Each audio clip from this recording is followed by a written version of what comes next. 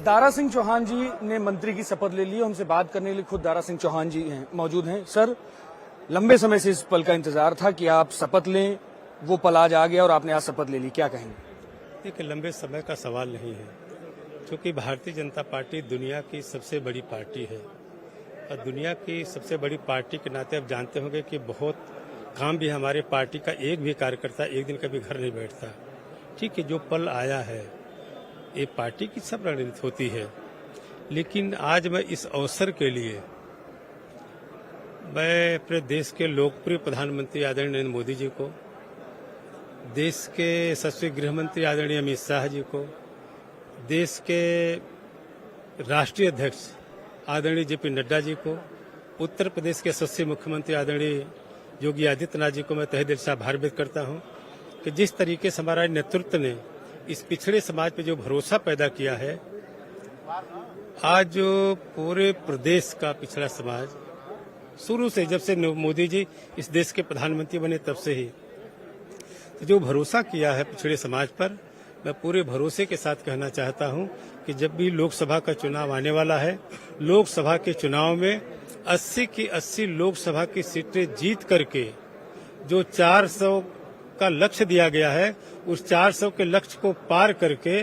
दुनिया के लोकप्रिय प्रधानमंत्री, लोकप्रिय नेता को फिर तीसरी बार प्रधानमंत्री बनाने का संकल्प को हम पूरा करेंगे। लोकसभा चुनाव एक बड़ी चुनौती होगी, क्योंकि पूर्वांचल की बात हो और जो पश्चिम की बात हो, समीकरण में जिस तरीके से सपा और कांग्रेस अभी साथ आई है, उसमें लगातार किसानों के मुद्दों को लेकर बात करें और किसान आंदोलनरत भी हैं, तो ऐसे में आप लोग किसानों के बीच में जब जाएंगे तो किस तरीके से उन मुद्दों को अपने रखेंगे? इस गठबंधन से भारतीय जनता पार्टी का सबसे ज्यादा फायदा हुआ है। जिस तरीके से देश के प्रधानमंत्री ने जो भी नीतियां, योजनाएं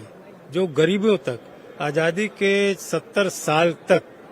और ये नहीं किसी भी समाज में, चाहे अगड़ा हो, पिछड़ा हो, यहाँ तक कि मैं कल देख रहा था अकलियत के लोगों ने कहा हम मोदी जी को प्रधानमंत्री बनाएंगे, कि पहली बार ऐसा हुआ जब इस देश का एक भी आदमी भूखों मरने नहीं पाया। एक भी आदमी ऐसा नहीं है जो बरसात के दिन में झोपड़ी में रहता हो, उसे पक्का मकान मिला, उसे बिजली का कनेक्शन मिला, उसे शौचालय मिला, उसे किसान सम्मान निधि मिली, उसे पेंशन मिली। इन सारी योजनाओं से और जिस तरीके से देश के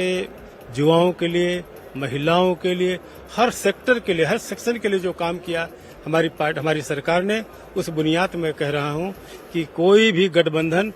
इस भारतीय जनता पार्टी के एनडीए के गठबंधन के सामने टिकने वाला नहीं है। 80 की 80 सीट लोकसभा जीत करके फिर हम 400 पार करके प्रधानमंत्री को तीसरी बार प्रधानमंत्री बनाने का काम करेंगे। अंतिम सवाल है सर, लगातार अखिलेश यादव की जब बात आती है, अखिलेश यादव लगातार कह रहे हैं कि ओम प्रकाश राजभर जी के ऊपर सवाल उठाते हैं, आपके ऊपर भी वो सवाल उठाते हुए सार्वजनिक मंच पर दिखाई देते हैं, कहते हैं कि सिर्फ पार्टी को तोड़े जाने का काम कर रहा है, कहीं कोई कुछ कर नहीं पाएगा, इसका क्या कहेंगे?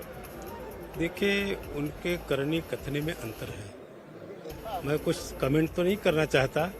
लेकिन परिणाम जब आएगा पार्लियामेंट के चुनाव के बाद, तब समझ में आ जाएगा कि ऐसे उपेक्षित समाज को, जिनकी बदौलत आज उनकी संख्या कहां से कहां पहुंच गई थी, फिर आने वाले पार्लियामेंट में फिर 80 की 80 सीटें जीत करके लोकसभा में भारतीय जनता पार्टी सबसे बड़ी पार्टी तो है ही, फिर 400 के पार करके मोदी जी को फिर तीसरी बार प्रधानमंत्री बनाने का जो सपना और संकल्प है, उसको हम लोग पूरा करने वाले हैं। ये थे दारा सिंह जी, जिनका साफ तौर पर कहना है कि जिस तरीके से लगातार जो समीकरण बन रहे हैं, उससे साफ तौर पर है कि उत्तर प्रदेश में 80 की 80 सीट और लोकसभा का जो टारगेट 400 पार का दिया गया है, वो पूरी तरीके से होगा और एक बार फिर से प्रधानमंत्री नरेंद्र मोदी प्रधानमंत्री की शपथ लेंगे। कैमरामैन मनोज के साथ मैं विक्रम सिंह राठौर, हिंदी खबर, लखनऊ।